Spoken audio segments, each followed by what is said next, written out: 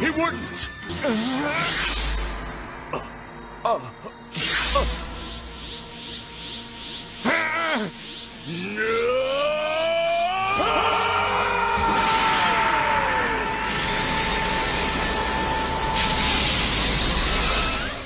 Hey salut, aujourd'hui je vous parle d'une de mes passions que j'ai depuis que je suis tout jeune.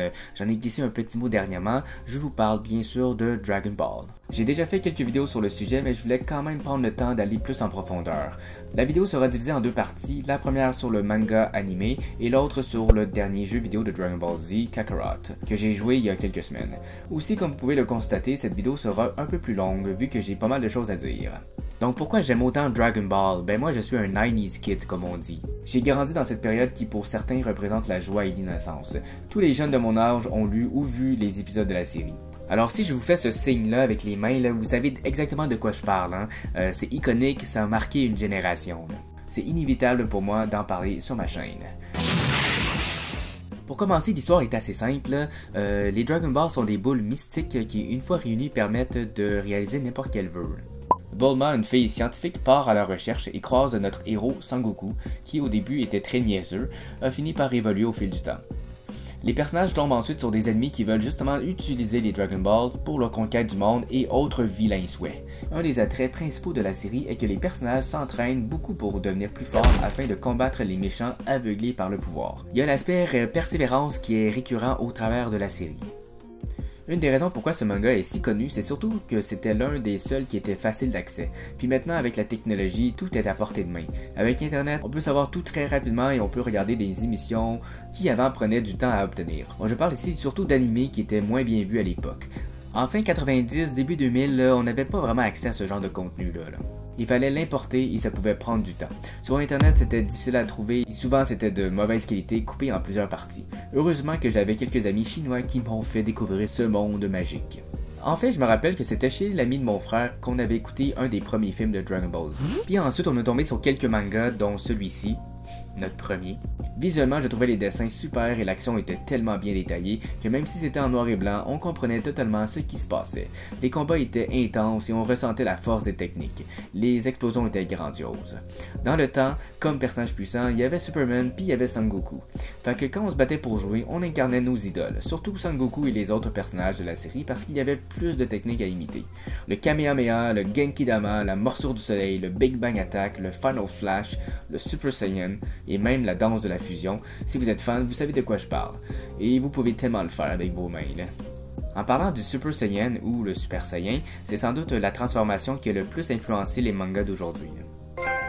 C'est quand on libère sa colère et sa force et qu'on explose de rage. Tout le monde a rêvé de devenir Super Saiyan. J'essaye encore.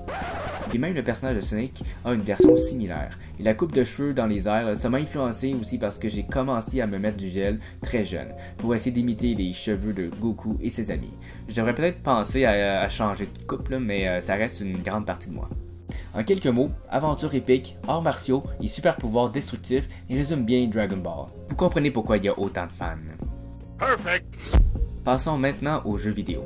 Depuis des années, il y a eu une centaine de jeux de Dragon Ball. Certains sont bons, mais beaucoup sont à éviter. Car le problème avec les jeux de DBZ, c'est que c'est souvent la même chose. On répète l'histoire et il n'y a rien d'excitant. Pour moi, les Budokai et les Tenkaichi sont excellents, mais sinon, il y a peu de jeux que j'aime. Les Xenoverse sont populaires, mais j'ai pas accroché. Dragon Ball Fighter Z est très bon si vous aimez le style Street Fighter, justement. Mais pour Dragon Ball Z Kakarot, j'étais un peu sceptique au début parce que c'est encore une répétition de l'anime. De la saga des Saiyans à passant par Freezer sur Namek, les androïdes avec Cell et finalement Majin Buu. C'est la même chose. La seule différence ici, c'est un open world, donc on contrôle son personnage dans un monde 3D et on doit vivre l'aventure. Pour être honnête, connaissant l'histoire par cœur, je pensais que ça serait un peu plate de la refaire. Mais finalement, pour un fan fini de la série, là, j'ai vraiment adoré le jeu. Ça s'appelle Kakarot car c'est le vrai nom de Goku dans l'histoire. Le personnage est un Saiyan, donc un extraterrestre qui s'est échoué sur Terre. Il a perdu la mémoire et est devenu le personnage qu'on aime. Par contre, dans le jeu, je pense qu'on incarne Goku peut-être à 50%. Je trouve que c'est un drôle de choix de l'intituler comme ça. On peut aussi jouer avec Gohan, Vegeta, Trunks et Piccolo à quelques moments. D'ailleurs, c'est parmi mes personnages préférés. Là. Même s'ils sont un peu clichés, là, ils sont tellement attachants. Sans oublier que Vegeta est le rival parfait.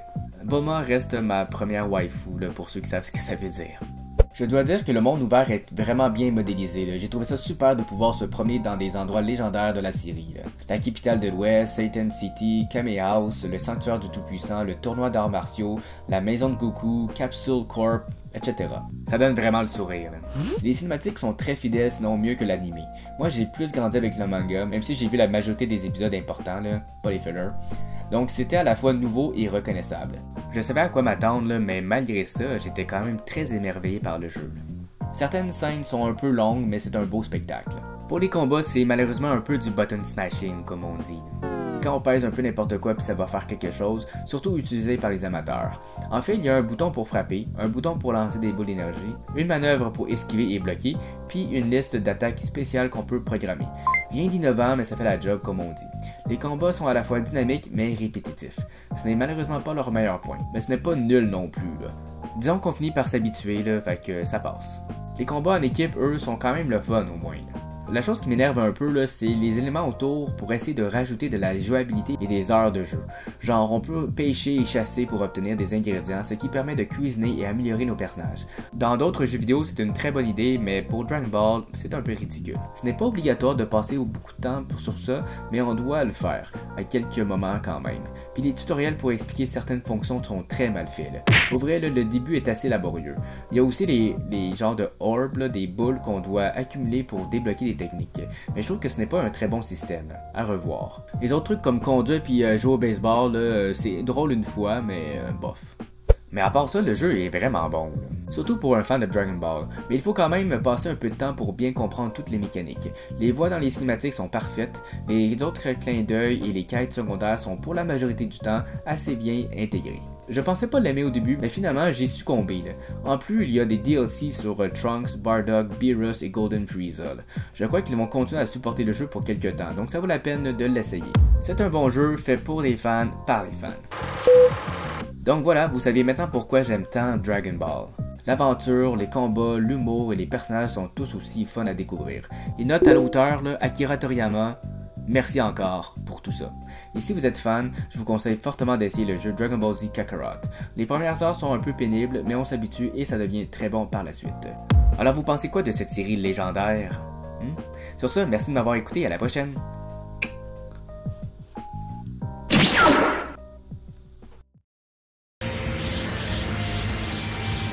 Adios. I'll be waiting for you, Majin Buu! Goku! Kakarot! Father! Goku!